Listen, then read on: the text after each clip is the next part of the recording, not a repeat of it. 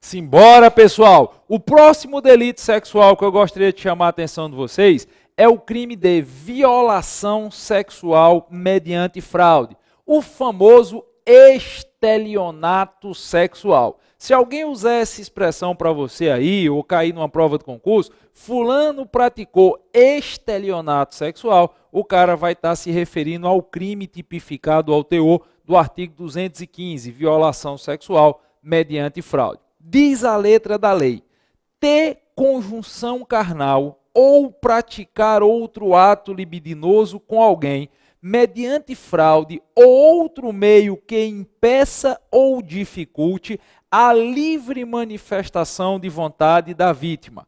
Pena de reclusão de 2 a 6 anos. Parágrafo único. Se o crime é cometido com o fim de obter vantagem econômica, aplica-se também a multa. O que é isso? Quando é que nós vamos estar diante do crime de violação sexual mediante fraude?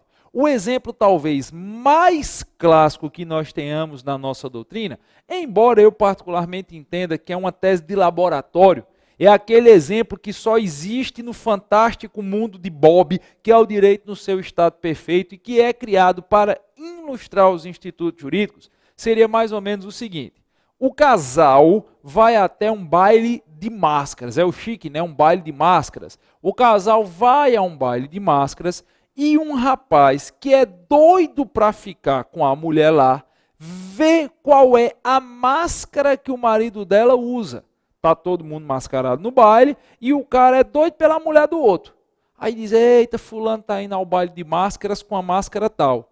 O cidadão que quer agarrar a mulher do outro também vai ao baile com uma máscara idêntica à que o marido dela se utiliza. Quando o marido dela deixa a mulher só durante um instante, diz: amor, fica aí que eu vou pegar uma bebida, eu vou fumar um cigarro ali, eu vou sair para pegar um ar, o outro se aproxima, usando a mesma máscara que o marido dela usa e se faz passar pelo marido. E aí diz: voltei, eu estou com tesão, vamos ali para trás da cortina, e pratica com a mulher o ato sexual. A mulher transa com um terceiro, achando que está transando com o marido. Como eu disse, é tese de laboratório, pelo amor de Deus. Mas, caso isso aconteça, caso, mediante a utilização desse ardil, desse estratagema, o indivíduo consiga efetivamente enrolar a mulher, nós estaremos diante do crime de violação sexual mediante fraude. Ou o inverso, a mulher consiga enrolar o homem, seria violação sexual mediante fraude. Outros doutrinadores mais clássicos, como é o caso, por exemplo, de Nelson Hungria, Hungria cita o exemplo clássico da mitologia grega de Anfitrião e Zeus. Diz a lenda mitológica que Zeus achava muito formosa, muito bonita a mulher de um homem chamado Anfitrião. E Anfitrião, quando saía ao trabalho, e saía para trabalhar, Zeus se fazia ser reconhecido como anfitrião, Zeus personificava a imagem terrena de anfitrião, ia algum tempo depois à casa dele e a mulher dele recebia Zeus achando que estava recebendo o próprio marido. E isso é usado como exemplo, ou era usado como exemplo na doutrina clássica, de violação sexual mediante fraude. Na verdade, você estará diante de violação sexual mediante fraude todas as vezes que o meliante usar de ardil, de estratagema, de uma cortina de fumaça, de um fake, para conseguir praticar a conjunção carnal ou outro ato libidinoso com a vítima. Um terceiro exemplo seria: a mulher está aguardando o marido em casa, um vizinho entra no escuro de noite, lá 1 hora, 2 horas da manhã, a mulher está esperando o marido. O vizinho entra de noite se valendo da escuridão, se deita na cama, a mulher acha que quem chegou foi o marido e pratica com o vizinho o ato sexual achando que está praticando com o marido. Violação sexual mediante fraude. Nesse caso, não existe emprego de violência ou grave ameaça. Ouviram o que eu disse? De novo, nesse caso, não existe emprego de violência ou grave ameaça. Logo, descabe, não seria possível se caracterizar estupro. O que eu tenho é efetivamente, aspas, um estelionato sexual. O que eu tenho aqui é um meliante enganando, iludindo, ludibriando alguém com o intuito de obter a prática de ato sexual com a vítima. Novo de loja? O próximo crime que eu gostaria de chamar a atenção, a qual eu já fiz inclusive referência a ele na aula de hoje, é o delito de assédio sexual. Assédio sexual que está tipificado ao teor do artigo 216-A, porque o 216 puro foi revogado. Artigo 216-A do Código Penal que diz: constranger alguém, olha o verbo aqui, ó, constranger alguém com o intuito de obter vantagem ou favorecimento sexual, prevalecendo-se o agente da sua condição de superior hierárquico ou ascendências inerentes ao exercício de emprego, cargo ou função. Pena de detenção de 1 a 2 anos. Parágrafo 2º, porque o parágrafo 1º também não é válido, tá? Foi revogado. Parágrafo 2º diz: a pena é aumentada em até 1/3 se a vítima é menor de 18 anos. Bom, vamos por partes aqui. Quando é que eu estarei diante do crime de assédio sexual, que pela sua natureza é crime próprio? Eu já vou até começar a falar de assédio sexual, abrindo esse parêntese aqui, porque existem muitas, mas muitas lendas mesmo sobre o delito. Uma delas é, se eu estou trabalhando numa empresa e eu dou em cima de uma pessoa, isso já é assédio sexual. Não, não é. O crime, o delito, eu não vou discutir assédio sexual em outras searas do direito. Eu vou discutir a caracterização do crime em sede de direito penal. O crime de assédio sexual é crime próprio, porque presume que o sujeito ativo do delito possui uma característica, uma qualidade específica, a saber, o sujeito ativo do delito, nesse caso aqui de assédio sexual, tem que ser alguém que possua superioridade hierárquica. Tem que ser alguém que possua superioridade inerente a cargo, emprego, ofício ou atividade profissional desempenhada.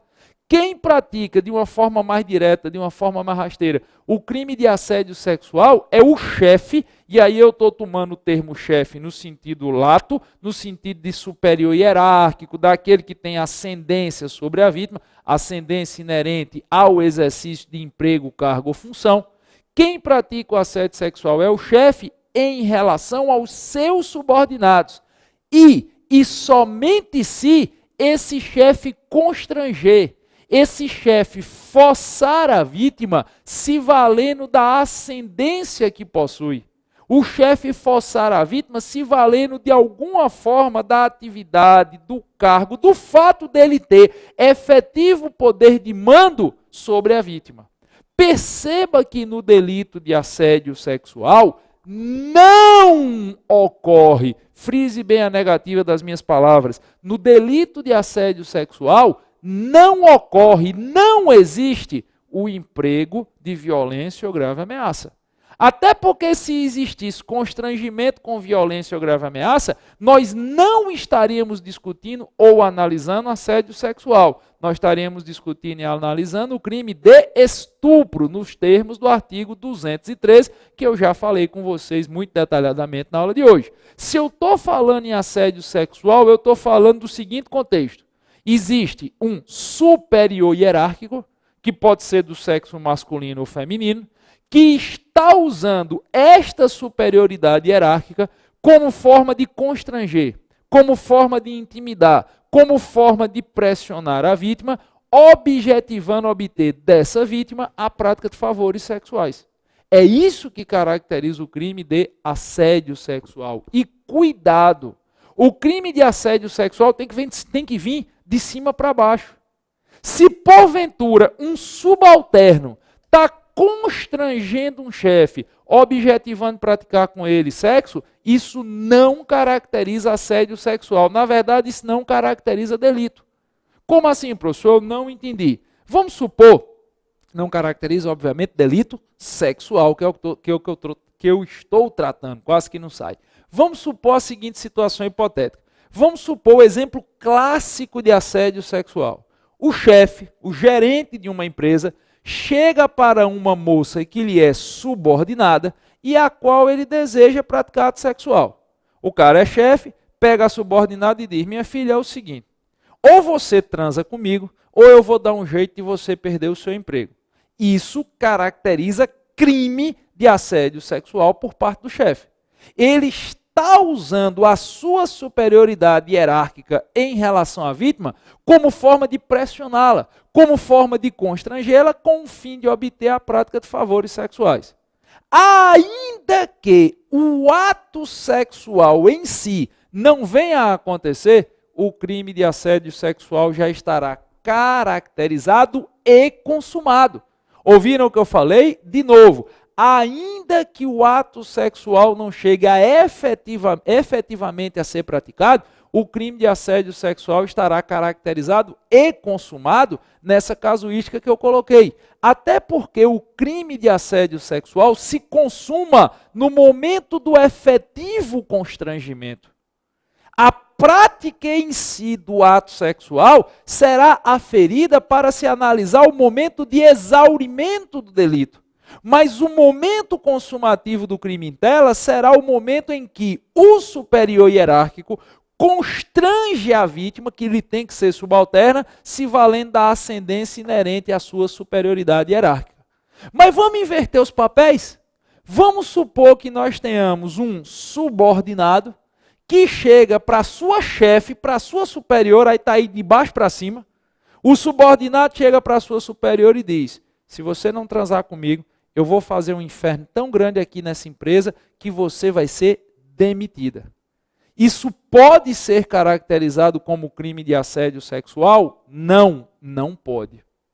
Nós não temos como caracterizar esse delito a título de assédio sexual. Na verdade, nós não temos como caracterizar esse delito em sede de crimes sexuais, por ausência de tipificação. Restaria a possibilidade de tal situação, a depender de algumas particularidades, ser tipificada a título de crime de ameaça, nos termos do artigo 147 do Código Penal Brasileiro, a título de crime contra a liberdade individual, mas aí teria que se demandar de uma análise mais aprofundada do caso concreto para ver se efetivamente ele se adequa ou não ao delito de ameaça. Mas crime de assédio sexual de forma específica e crime contra a liberdade e a dignidade sexual de forma mais ampla não existe. Mas, professor, tem uma pessoa, em razão do trabalho que está envolvida, que está pressionando uma vítima para obter favores sexuais. Eu sei. Mas nesse caso, como eu disse, está indo de baixo para cima. Nesse caso, quem está pressionando, quem está constrangendo a vítima é um subalterno. E o crime de assédio sexual não tem como ser praticado, não tem como ser caracterizado em sendo meliante subalterno. Seria necessário que o sujeito ativo tivesse uma ascendência inerente à atividade que desempenha, tivesse uma superioridade hierárquica em relação à vítima. De um jeito bem remoso, assédio sexual é do chefe para o subordinado, e não do subordinado para o chefe. Ouviram o que eu disse? De novo, assédio sexual é do chefe para o subordinado, e não do subordinado para o chefe. E aí eu já vou me adiantar e dar dois esclarecimentos que muitos alunos me questionam. O primeiro, não tem como existir, e frise a negativa das minhas palavras, não tem como existir assédio sexual entre pessoas que ocupam a mesma posição hierárquica. Ou, em outras palavras, não tem como existir assédio sexual entre colegas de trabalho que estão no mesmo nível hierárquico. Se não existir entre eles, tendo o sujeito ativo e o sujeito passivo, relação de superioridade hierárquica do sujeito ativo para o sujeito passivo do crime, esqueça, o assédio sexual não pode ser caracterizado. Uma vez me fizeram um questionamento que foi no seguinte sentido. Um colega meu, que trabalha como gestor de uma determinada empresa, se deparou no setor dele dentro da empresa com a casuística de dois colegas de trabalho, colegas mesmo, de mesmo nível hierárquico. Um estava perturbando o juiz do outro para obter favores sexuais. Um rapaz estava perturbando o juiz da mulher para obter favores sexuais. E ele dizia: olha, se você não sair comigo, na próxima reunião eu vou falar para o chefe, eu vou dizer que você não está trabalhando direito, é melhor você sair comigo, sua vida seria mais fácil. E o questionamento que me foi feito é se isso era crime. Eu digo, crime não é. Poderia, em tese, se discutir o delito de ameaça, lá nos termos do artigo 147 do Código Penal, em tese. Mas crime sexual, crime de assédio sexual ou qualquer outro crime contra a liberdade sexual não tem como ser caracterizado. Não tem violência ou grave ameaça. Não caberia falar em estupro. Não tem superioridade hierárquica do sujeito ativo em relação à vítima. Não caberia se falar em assédio sexual. E uma outra coisa que também já me foi muito questionado, inclusive foi me questionado por um grande amigo meu. Eu tenho um grande amigo do qual eu tenho orgulho de ser padrinho de casamento dele, que ele casou com uma subordinada. Ele trabalhava numa determinada empresa e nessa empresa ele conheceu a atual esposa dele, mãe dos filhos, lá ele tem 2 crianças lindas. E o caso foi mais ou menos o seguinte, trabalhava numa empresa e uma determinada moça foi trabalhar nessa empresa como estagiária. Estava perto de se formar, era recém-formado, eu não lembro ao certo, e aí foi trabalhar como trainee, o nome certo, o nome técnico é trainee, né? Foi trabalhar como trainee na empresa. E ele gostou da moça, e a moça gostou dele. Só que ele era chefe e ela era a sua subordinada direta. E aí ele ficou todo cheio de dedo, todo constrangido, porque ele era chefe, como é que ia fazer? Mas um dia ele convidou ela para sair, para jantar, fora do horário de trabalho, cruzou com ela num shopping, convidou com ela para sair para jantar. E ela aceitou. E aí eles ficaram na primeira noite, ficaram na segunda e pensaram em começar a namorar. E aí ele veio me questionar. Ele disse, Giovanni, está acontecendo isso, isso, isso e isso. Essa menina é minha subalterna, mas eu me encontrei com ela no shopping, dei uma cantada, perguntei se ela não queria sair para jantar, ela disse que queria. Eu já fiquei com ela 2 vezes. E aí eu estou cometendo crime? Eu digo, crime não. Eu não sei como é a política lá dentro da empresa que você trabalha para isso, mas crime não tem. Você a pressionou, você a constrangeu, você a ameaçou em relação ao trabalho, ele disse coisíssima nenhuma. Ela está se sentindo constrangida, ele disse também não, ela disse que gostou de mim desde a primeira vez que me viu. Eu digo, bom, em alçada penal não há crime a ser caracterizado. É tanto que eles casaram depois disso e têm 2 crianças. Tem um filho, acho que aí está perto de completar 2 anos, e outro bebezinho recém-nascido de 3 meses, 4 meses, talvez não tenha nem isso. Não houve crime. Embora ele chefe e ela subalterna, não houve crime, porque não houve o constrangimento. Perceberam? Aí tem gente que chega para mim e diz, Giovanni, se eu estou trabalhando com a moça, ela é minha colega de trabalho, eu gostei dela, eu chamo ela para sair, ela não aceita, isso é crime da minha parte? Óbvio que não. Lógico que não. Você pode até, em tese, ser responsabilizado na alçada do direito do trabalho, e aí não cabe a mim discutir. Mas crime não tem, muito menos assédio sexual. Pegaram o bizu? E o último delito dentro dessa parte dos crimes contra a liberdade e a dignidade sexual que eu gostaria de destacar para vocês é o crime de estupro de vulnerável, disciplinado ao teor do artigo 217-A do Código Penal Brasileiro, que diz: ter conjunção carnal ou praticar outro ato libidinoso com menor de 14 anos, pena de reclusão de 8 a 15 anos. Parágrafo 1º. Incorre na mesma pena quem pratica as ações descritas no caput com alguém que, por enfermidade ou deficiência mental, não tem o necessário discernimento para a prática do ato, ou que, por qualquer outra causa, não pode oferecer resistência. Parágrafo 3º. Se a conduta, que são as modalidades qualificadas, se da conduta resulta lesão grave, a pena é de reclusão de 10 a 20 anos. Se resultar em morte, a pena é de reclusão de 12 a 30 anos. Vamos devagar, vamos por parte. Vamos primeiro nos ater ao caput do artigo 217-A e logo de cara vamos nos ater ao verbo nuclear do tipo. Olha o verbo, ter ou praticar. Na verdade, os verbos no plural, ter ou praticar. Repare um detalhe. Embora o nome do crime seja estupro, em momento algum, estupro, de vulnerável, obviamente, em momento algum, a lei se utiliza do verbo constranger. Também não há na definição normativa do crime a expressão com violência ou grave ameaça. Ou seja, para fins de caracterização do delito de estupro de vulnerável, não é necessário sequer o constrangimento da vítima. Muito menos o efetivo emprego de violência ou grave ameaça. Os verbos utilizados pela letra da lei são verbos muito mais amplos. A letra da lei usa a expressão ter e a expressão praticar. Ter conjunção carnal ou praticar outro ato libidinoso com menor de 14 anos. O estupro de vulnerável, nos termos do caput do artigo 217-A, está essencialmente focado na idade da pessoa com quem se pratica a conjunção carnal ou outro ato libidinoso.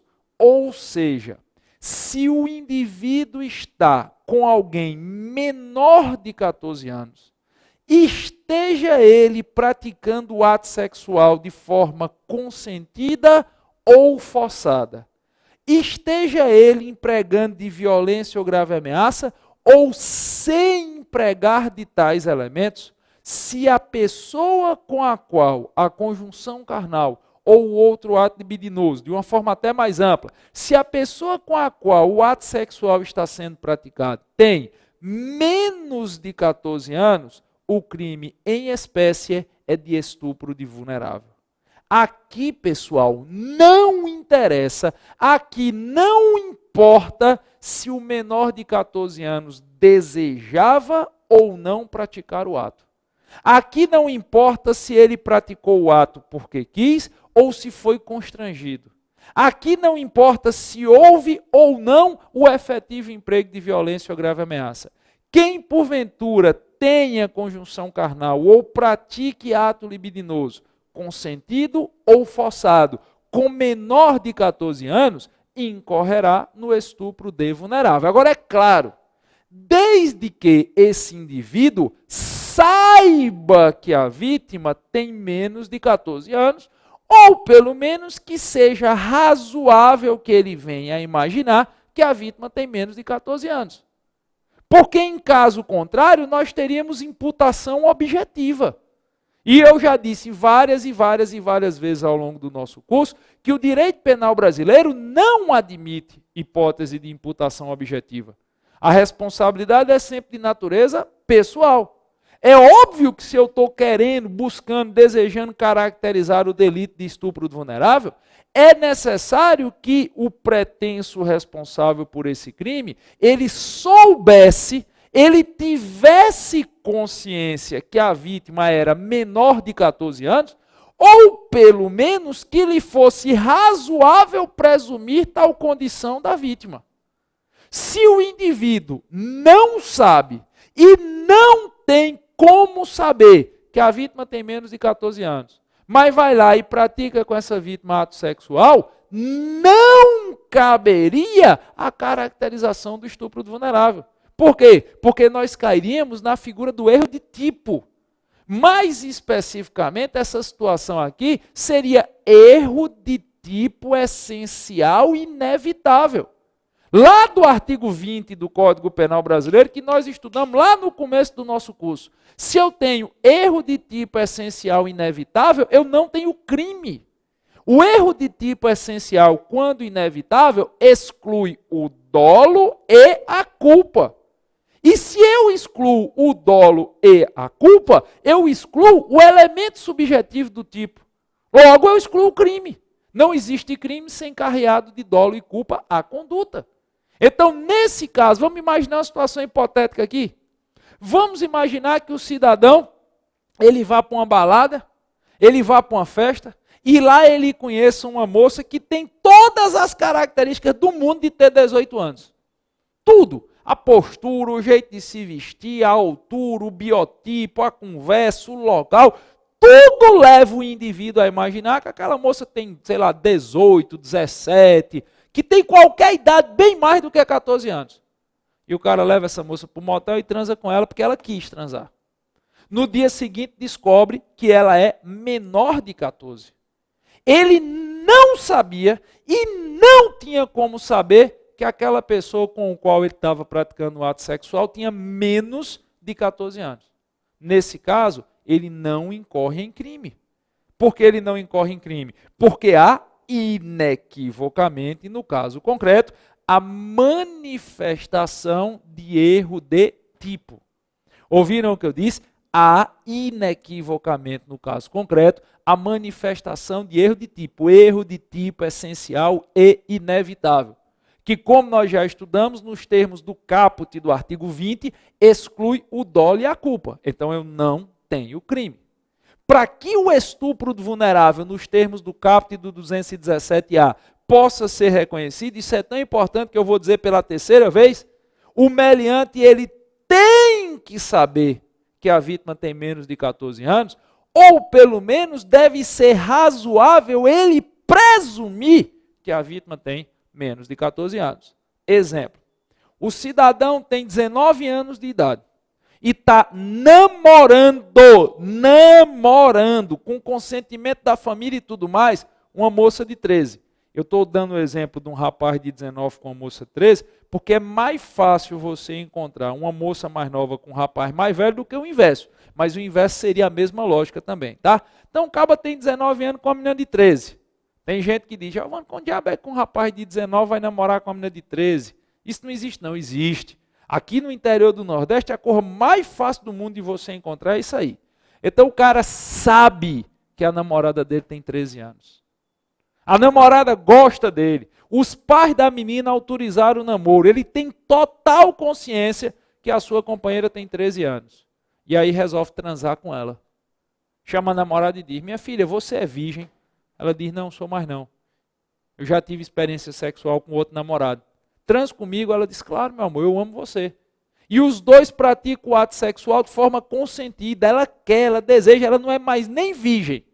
Nesse caso, é perfeitamente possível o reconhecimento do delito de estupro do vulnerável. Ouviram o que eu disse? Nesse caso, é perfeitamente possível o reconhecimento do crime de estupro de vulnerável. Giovanni, mas ela queria transar com o cara. Ela desejava, ela era namorada dele, eu sei. Mas ela tem menos de 14 e ele sabe disso. Aí, meu patrão, eu não tenho como fugir daqui, do caput do 217-A. Ele sabe, ele tem plena consciência que ela tem menos de 14 anos de idade. E ainda assim praticou com ela o ato sexual, ainda que consentido, ainda que ela sequer fosse virgem. Ainda assim, eu tenho o crime de estupro do vulnerável. O meliante tem que saber ou tem que ser razoável que ele presuma isso. Ô professor, mas se num caso desse o cara casar com a mulher, extingue-se a punibilidade, né? Não. Aquele negócio que tinha antigamente, tem que casar para não ir para a cadeia, isso não existe mais não. O casamento não é causa extintiva de punibilidade. Se o cara tem uma namorada de 13 anos, transa com ela, depois casa com ela, ainda assim o crime existe. Se ele sabia que ela tinha menos de 14 anos, ainda assim o estupro do vulnerável vai persistir. Aí você poderia me perguntar, mas Giovanni, e se a moça tem 14 anos completos? Eu conheço uma menina, digo, vem cá minha filha, vamos transar? Ela diz, vamos. Quantos anos você tem? Ela diz 14. Deixa eu ver a identidade. Você confere a identidade dela e ela tem 14 anos completos. 14 anos e 3 dias de vida. E ela transa com você porque quer. Que crime você pratica? Nenhum. Não, Giovanni, isso seria sedução. Não existe mais sedução nesse caso. Não tem, o crime foi revogado. Você não pratica crime. Não existe crime em relação à prática de ato sexual consentido com quem tem de 14 anos para cima. Se a pessoa não for louca, se a pessoa não for vulnerável a outros títulos, não há crime em se praticar ato sexual com quem tem de 14 anos para cima. Giovanni, mas se eu pagar a uma menina de 14, 15 anos para transar comigo, isso é estupro do vulnerável? Não. Isso é facilitação à prostituição de vulnerável, que é outro delito. Mas estupro do vulnerável, não. O estupro do vulnerável, nesse caso, presume que a vítima tenha menos de 14 anos. Se a vítima tem de 14 anos para cima e ela pratica o ato sexual de forma consciente, porque quer, porque deseja, acabou-se. Não há delito em análise, não há crime nenhum a ser imputado nesse caso concreto. Agora, vocês precisam ter cuidado com essa diferença entre o estupro do vulnerável e o delito de facilitação à prostituição de vulnerável. Por quê? Porque em relação à prostituição de vulnerável, a idade não é 14. Em relação à facilitação da prostituição, a idade referencial é de 18 anos. Mas eu vou fazer o seguinte, eu vou combinar uma coisa com vocês. Em tese, era para o nosso curso terminar hoje. Nosso curso é composto por 25 encontros. Só que eu gostaria de falar um pouquinho mais para vocês sobre essa história, essa diferença entre o estupro do vulnerável e a facilitação à prostituição do vulnerável. E também gostaria de falar um pouco mais para vocês sobre essa historinha aqui do estupro do vulnerável nos termos do parágrafo 1º. Então, o que é que eu vou fazer? Eu vou combinar um negócio com vocês. E é claro, eu ainda preciso dar alguns bizus aqui a vocês sobre crimes funcionais. Eu quero dar um toque para vocês sobre peculato, eu quero dar um toque para vocês sobre o crime de prevaricação, corrupção passiva, o crime de concussão, o conceito de funcionário público. Como eu disse, não dá para ver todos os crimes, mas nós temos que focar naqueles mais importantes. E esses crimes funcionais também caem. Então, eu vou combinar um negócio com vocês. Em que pese o nosso curso era para ter terminado hoje, mas como ficou essa pendência, eu vou marcar com a coordenação mais uma aulinha para que eu possa complementar esse assunto, tá? Eu vou marcar mais uma aula para vocês e vou dar no começo da aula, uns 15 minutos de aula, essa diferença entre facilitação à prostituição do vulnerável e estupro do vulnerável. Falo do estupro do vulnerável do parágrafo 1º e aí fecho o nosso curso dando uma garibada final, dando alguns bizus para vocês sobre crimes funcionais, crimes praticados por funcionários públicos contra a administração. Eu peço antecipadamente desculpa a vocês por vocês terem que assistir mais essa aula, mas eu acho que é salutar no nosso curso aqui, eu acho que é importante para a sua preparação. Não tenho como gravar essa aula logo agora, porque eu estou com a agenda já marcada para essa semana. Mas na próxima semana, daqui uns 8, 9 dias depois da postagem dessa aula, eu vou já essa semana sentar com a coordenação e já peço a elas para a gente marcar essa aulinha, esses blocozinhos extras, para eu concluir esse assunto com vocês, beleza? Por hoje nós vamos ficando por aqui, ainda vamos nos encontrar mais uma vez. Um cheiro para quem for de cheiro e um abraço para quem for de abraço.